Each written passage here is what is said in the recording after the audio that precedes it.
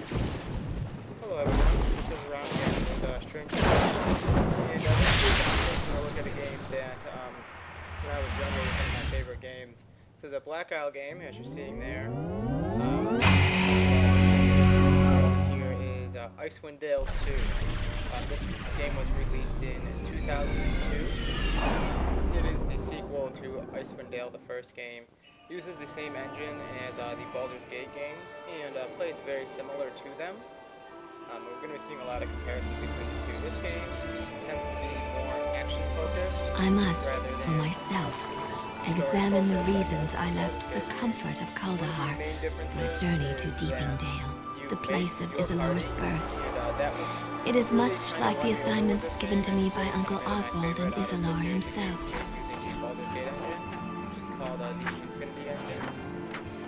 When Isilur left those... I'm going to actually load up a game that I have in progress, just to kind of show you how the game plays, and also how it really gets into like the tactics and stuff, which is really where the game shines. The part I'm loading up is a few hours into the game. I'm trying to sneak into some sort of fortress, and I'm going through some tunnels. What you're seeing on the screen right now, that's actually my party. May I help? I'm going to get them into formation here. And then I'm just going to real briefly go over each of my party members and kind of what they do. How may I best serve? This guy right here, he's my fighter. He's kind of he's a big melee guy, walks around with a great sword. This person here, this is, I started her off as a paladin, but I'm kind of getting her some levels of fighter. She's meant to be kind of like a tank and sort of a support healer. This guy right here, he is a bard. This game, bards are really good at support buffs and groups and just general support. In fact, I generally use him as sort of a healer and backup character. Very rarely ever actually have him attack anything because he's usually busy buffing the group. This is my rogue. My rogue does defy type things, unlocking stuff, searching for traps and whatnot. Mostly use her as a ranged damager and a scout with. And then this guy's my cleric. When I originally made him, I meant him to be sort of a healer who helped out in combat, who's sort of like a second line fighter. Kind of as I've been playing with him, he sort of turned into a really good kind of second line of defense character. And he does really well in that role. Helps with healing and some self buff too. Yes. And then this character right here, this is my sorcerer. She's my mage, and I mostly use her for actually some more ranged combat. I have her packing a crossbow and heavy spell casting. Okay, I'm gonna get into actually doing some stuff here, and the area that I'm gonna be seeing here, we're looking at the map. I have actually already scouted here. There's actually monsters over in there. There is fog of war in this game. I'm gonna do some quick scouting here. I'm gonna have my rogue drop into stealth mode, run over, check out what's going on over there. And then I'm probably gonna be positioning my party to actually deal with these guys in a moment here. Now, as you saw, there was some over there by those training dummies and that. So what I'm going to do is I'm actually going to bring the rest of my party forward to right about here. It's a bit of a narrow hallway. Lets me make a pretty good line of defense. And what I'm going to do is I'm going to position... I'm here. Make way. These two characters here. Aye. And then I'm going to have my bard go about here. And then he's using some other thing. I'm going to have him turn on this, which is just a combat buff for the whole group. What? And then my cleric, he's going to get here. He's probably going to cast a certain spell once the battle starts to buff us even more, help us out. And then I'm going to get my sorcerer just right there, just kind of back up there. Ready. And then what I'm going to do here to start this off is there are various items and things that you can use to deal damage, and there's a particular one I'm looking for. Not sure if I actually have any. If I don't, it's not a big deal. I have other options. Okay, I think I ran out of what I'm looking for. What I was looking for was this like explosive bomb thing. But probably what I'm going to do here, let me check this. Okay, this is a bit of a smaller area of effect.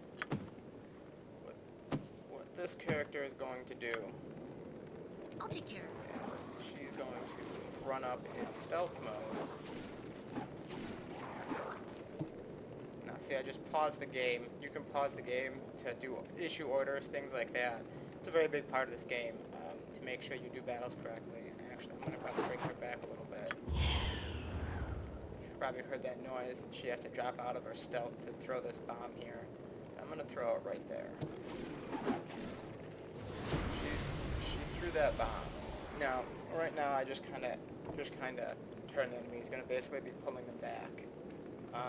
What I'm really concerned about, actually, these guys right here, they tend to be a little bit tougher, but what's of the most importance is that guy, that sorcerer. They can really mess up your party if you don't handle them appropriately. But what we're going to do right now is I'm going to have my rogue come back, and I'm going to get my sorcerer ready. So I'm going to have my sorcerer actually probably launch a fireball in their general direction. That's some magic missile going on there. Wait, and then now my sorcerer is going to cast fireball. What should I do? But I actually have some AI enabled on these guys, which is making them go up and attack like that. The AI patterns can help so that you don't have to be so much into micromanaging. I tend to do it a lot because it helps me be the most efficient, but it can be handy if I'm just doing something and don't want to have to just micromanage everybody. Now, right now, we're kind of starting to get into it. Goblin Sorcerer is in range. What I'm going to do is I'm going to tell this character. Actually, this character is using a special ability called Rapid Shot, which allows her to fire more arrows. She is going to immediately start Fine by me. shooting at that Goblin Of Sorcerer. course. And then, what I'm going to have him do is I'm going to have my Bard cast a certain spell here. He's going to summon a monster. And I think I'm going to have my Cleric do the same as well, give us a little bit of support here. And he actually has an ability that allows his group buffs to kind of stay for a little bit, even after he stops maintaining them. So we're gonna stop doing that here, and then he's gonna do that. And then I'm going to have my Cleric cast another one of these. We're gonna summon a couple monsters. And that Goblin Sorcerer is in fact already dead, which has just changed this entire battle something a lot less threatening. And now we're kind of getting into the thick of it here. You're probably seeing me pausing a lot, just kind of going over what I'm doing and that. Right now, I have my two main melee characters. They are basically going to hold the line. He's going to be a little backup. He may run forward and do some damage. But right now, this battle is going to go pretty smoothly, I think. I just summoned a couple monsters, and they're right in behind the enemy, so this shouldn't take too long. Kill those guys. My characters are getting damaged a little bit. One thing about this game that has surprised me, especially going back to the gameplay, in the early parts, was the actual challenge. The game is quite challenging to start with. And in some of the earlier battles, I was really getting messed up and had to reload a lot. Just took all those guys out. Now it's time to do some looting. Classic RPG fashion here. I can do it. I generally just have one character. Those summon monsters, they stay around for a little while. I tend to summon a lot of them simply because they can be used to soak up damage and also deal some additional damage. Something you need done. I can Nothing like having other people take the damage so that my party members don't have to. That's to save me a lot of hassle.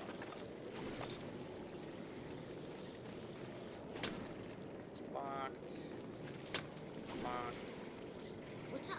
I should probably search for traps. Okay, My rogue right is on. searching for traps. These in-between parts tend not to be the most exciting because it's sort of the afterwards. And I didn't showcase one of the bigger battles, which do happen, where you have to fight like 15, 20 guys at once. Those battles tend to be the most challenging because you Give the really have to word be right. on top of What is it now? managing where your I'll get right on. guys are and what they're doing, and how they are attacking people, things like tell that. me I best. No trouble at all. Finish up looting here. Assist you in any way. I can do it. Move this one forward. Yes, it will be done. Loot off of here. Actually, what I'm going to do is I found some magical items need to be identified. There's actually a particular skill that allows you to identify items automatically, and my fighter actually has some points in it, mostly because there's some magic bolts for a crossbow and magical bullets. Those are for slings. I don't have anyone who uses slings. Masterwork bolts just are a little bit better than regular crossbow bolts. And then these are magic ones. Okay. I hear ya. Choose one of the scrolls here. That's another big thing is managing your spell usage, especially if you don't want to be having to stop to rest after every battle. Just some guys that I forgot about. Now here what I'm going to do is have my sorcerer actually cast a different spell. I'm going to cast Chromatic Orb, which just do this. That probably would have been a good candidate for like a fireball. However, it might have been risky, might have cost some of my party members. I'm here. Okay, Aye. and actually my cleric would really do this. However, my bard has an item that allows him to do a different type of group buff. There's a couple enemy spellcasters. What? You got to make sure you drop that Sure. right away. I'm listening. So we're gonna get right on that. So what I should do is pop a fireball back there. Let's see what you got. What? That guy's breaking Darn. things. At your service. I don't. It is a shame that we must resort to violence. I'm here. Is that all?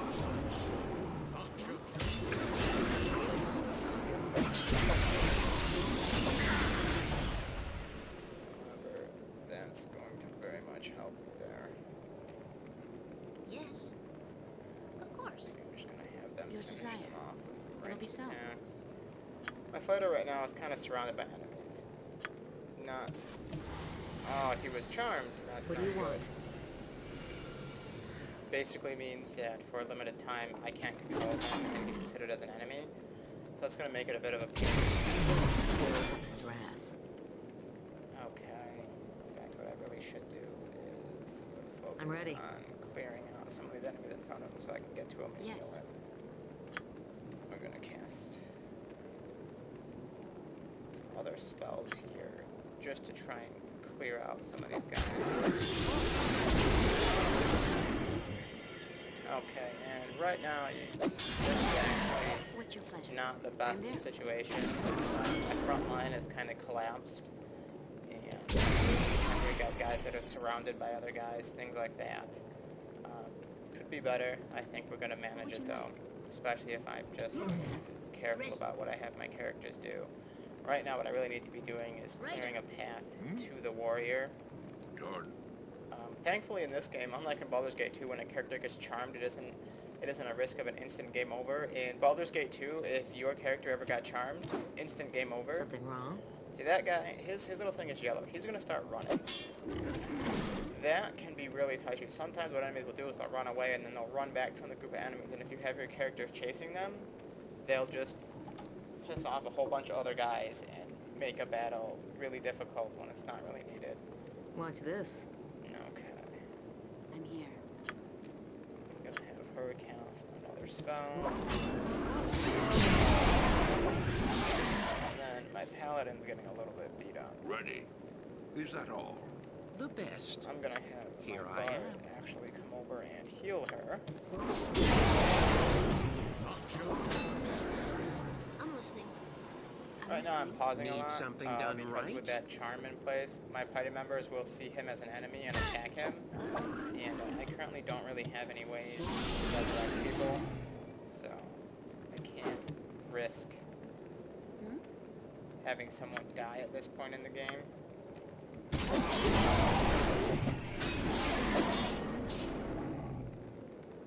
Okay, I'm gonna have her cast another spell. You need one as adept as myself? This battle is going along just fine here. Easy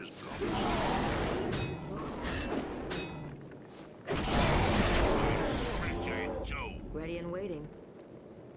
Actually, you should probably heal yourself. She does have she is part paladin. Paladins have some nifty healing abilities. I mostly have her use them on herself, so I that she hear can ya. heal herself. I'm gonna have my cleric actually go and heal this fighter, even though he's showing up as an What's up? enemy. I'll get right I'm on. just gonna see if I Your can desire. just If you'd go.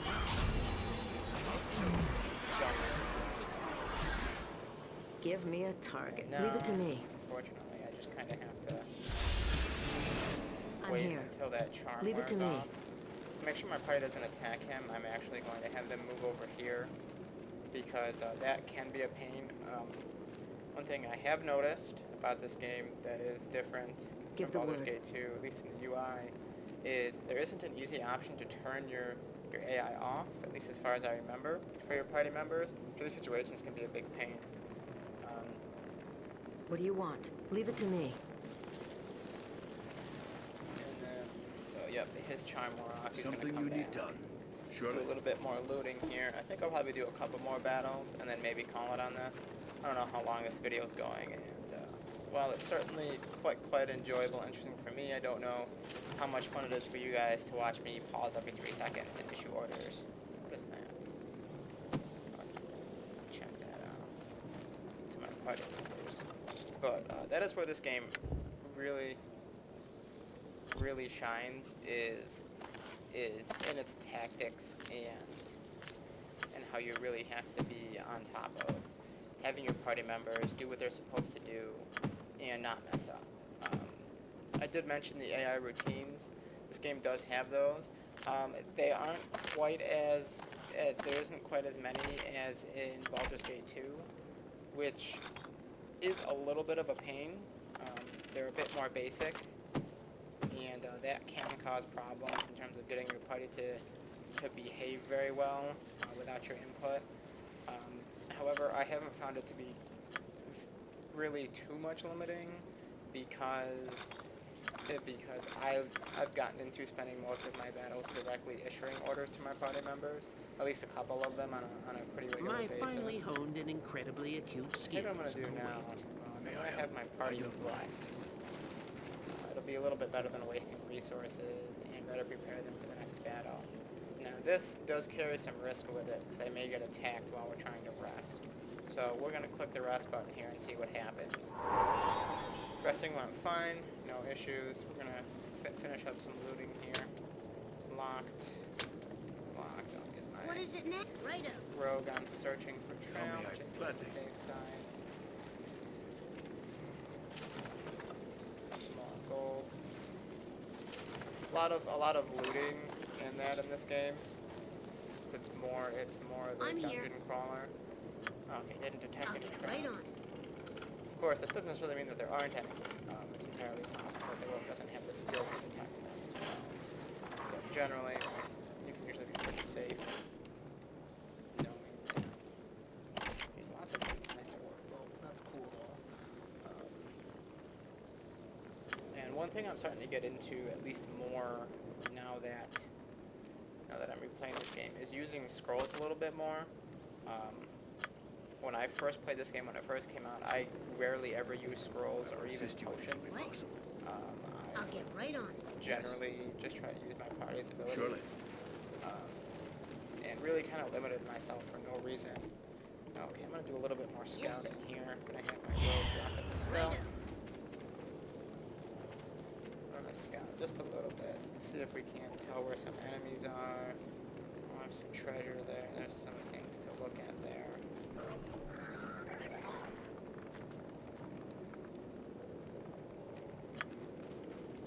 Okay, I apparently triggered some enemies by accident doing that. That can be a little bit frustrating, however, it's not as though my party wasn't entirely unprepared for it. If we switch over to melee, if you try to use bows in melee range, it actually reduces your probability of a hit. So generally, if an enemy does something like that, you want to have This that time, character action must speak louder than words. Okay, these guys can be a little bit of a pain. Yes. I need to make sure I handle them properly.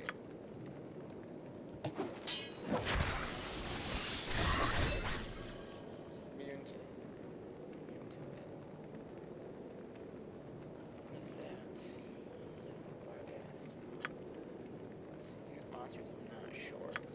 it hurts them. Aye. But I actually have Yes? a bard summon another monster, What?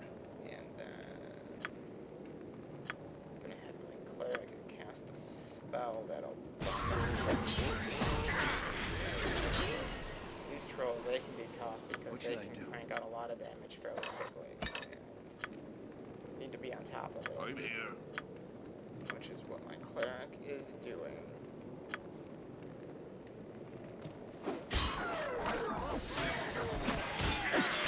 And one thing that this game does that is actually not congruent with any sort of D&D rules, at least when it comes to monsters, is there are regular trolls. These are hardened fire trolls. They behave normally.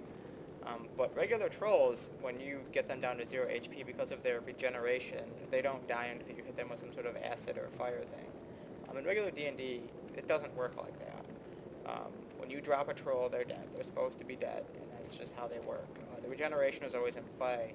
It's just they normally can't regenerate fire or acid damage. But these trolls here, these ones function a little differently. Notably in that when they die, they're dead. Tends to make things a little bit easier. Okay, so that guy was hurt. At your I service. think I'll have him use a healing potion.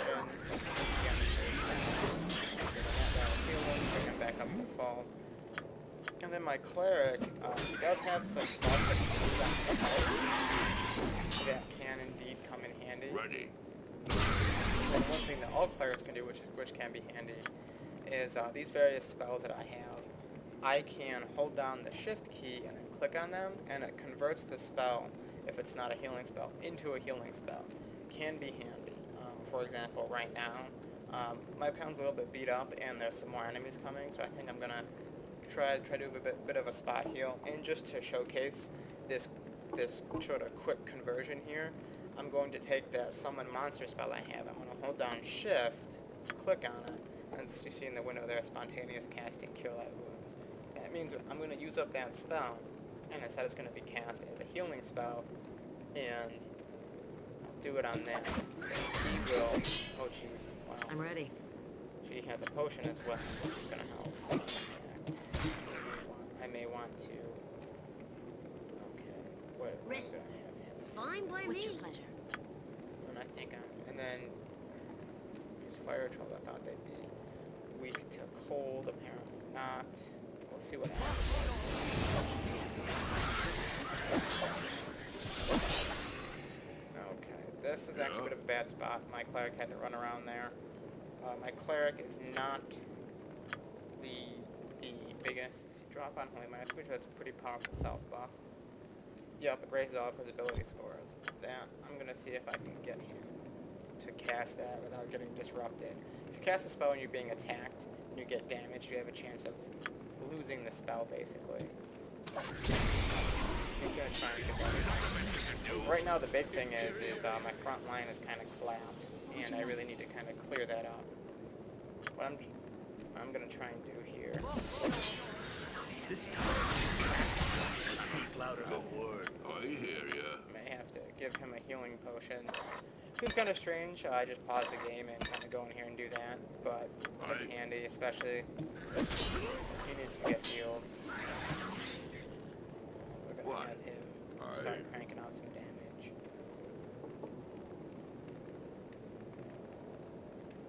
I'm listening. I'm I'll gonna have take this care. character go over here. I'm needing a healer. Oh man, they're really messing us up. Something you need done. I know I have some healing potions. We will put this one over to here.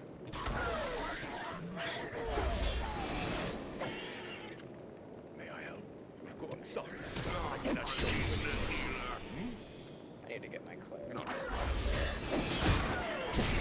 Okay, there we go. This battle's sorted itself out. Part is going to be getting kind of hurt. Probably going to need to rest after this battle. But I think we're going to make it through. And then my paladin right now actually has a sword that is very, very powerful. I don't mind. And and it's part of a quest, and you're supposed to retrieve the sword and give it to someone. However, the sword is a very powerful sword and very good, and it's actually worth it to not return the sword and just keep it because it's so powerful, especially for the stage of the game it's in. Yes. Okay, we're gonna rest again, see if this works out. If not, Of what I'm gonna do is course. just go on the safe side. I'm gonna have my bard do some healing on my flag. What should I do? Okay. It will be done. Okay. That's your son. I can do it. Probably running a little bit long. This probably hasn't been too terribly exciting for you guys. Simply because the game isn't the most explosive, I guess, or at least not the most. At least it's not the most kind of in-your-face sort of action. When you're playing it, it's really exciting, and it is actually very engrossing, and I really, really enjoy getting into, just, let's see, what is this? Really, really enjoy getting into actually managing my characters and having them tackle large groups of foes. Something you'd plan. And actually come out on top. I really do enjoy that. Okay. I should probably have my wizard start using more scrolls. She's getting a ton of them. Oh, that's sorcerer. Yeah, with D&D, with especially the rule set this game uses, which is the 3rd edition rule set. I think I mentioned that earlier. I'm not sure if I mentioned that this game was the first game that I saw. I'm not sure if it was the absolute first game What's up? to use the 3rd edition rule set, but it's the first one that I know about that did it. With that, for the wizard or sorcerer kind of classes, there is a sorcerer class and a wizard class. The sorcerer class actually has like a common pool of spells, and doesn't actually know as many spells as a wizard. They just have to. It's just sort of like innate knowledge that they have, because sorcerers cast their spells just from a power within themselves or something, and as a result, while they can cast more spells than a wizard, they don't have quite the versatility that a wizard has. And for a while, that actually kept me shying away from sorcerers, because wizards, how they handle spells is they have to learn them and write them down, and then they memorize them and cast them. And while they can't cast as many spells as a sorcerer before running out, since they can learn so many spells, they're much more adaptable, and that can come in hand. That I always found to be very useful, very handy to be able to do. When I started playing this game, I had to make a sorcerer. I've been doing okay with it.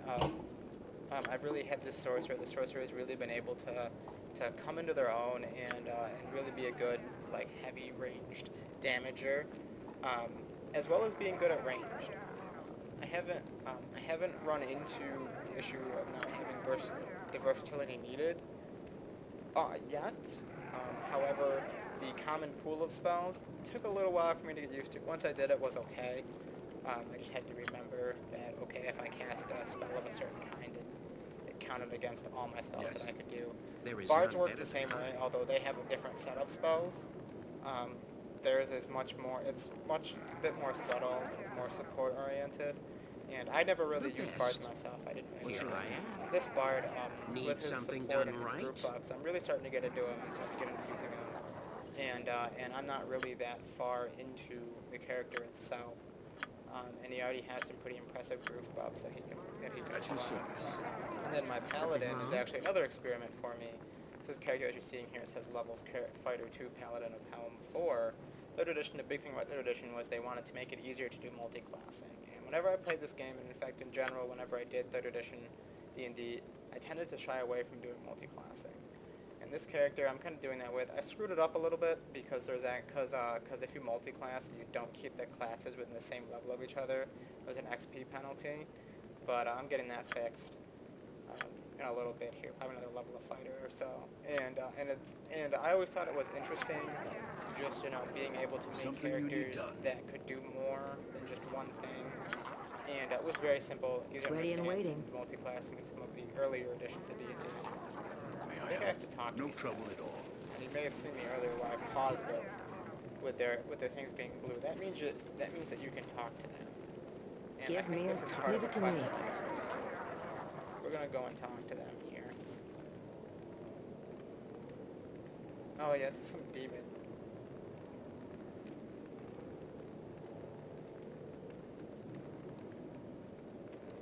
And then this, I have to get some scroll or something, and I'm trying to do it with diplomacy. And my paladin character has some diplomatic skills, and I'd rather do it without fighting, just to kind of show a little bit of different thing on that. And I don't really feel like getting into a fight with guys I don't have to.